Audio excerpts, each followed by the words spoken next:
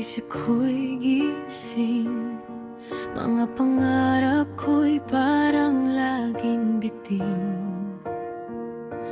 Takot magkamali, takot sa sasabihin ng ibang tao na laging nakatingin. Hindi ko alam kung saan ba patungo.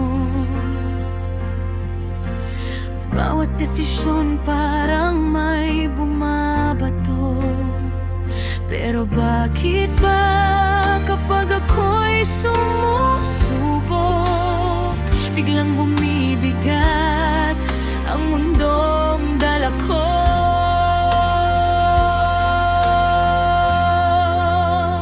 Takot akong bumagsak, takot na husgahan, takot ipakita ang tunay kong nararamdaman. Pero sa bawat luha, may konting tapang ding dala. Kahit takot, lalaban pa rin ako.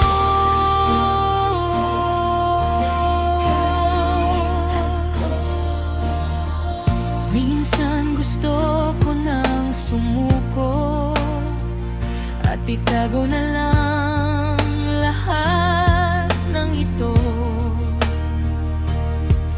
Pero may apoy pa rin natitira na bumubulong na kaya ko pa. Hindi man maintindihan ng mundo, hindi ibig sabihin ay mali ako.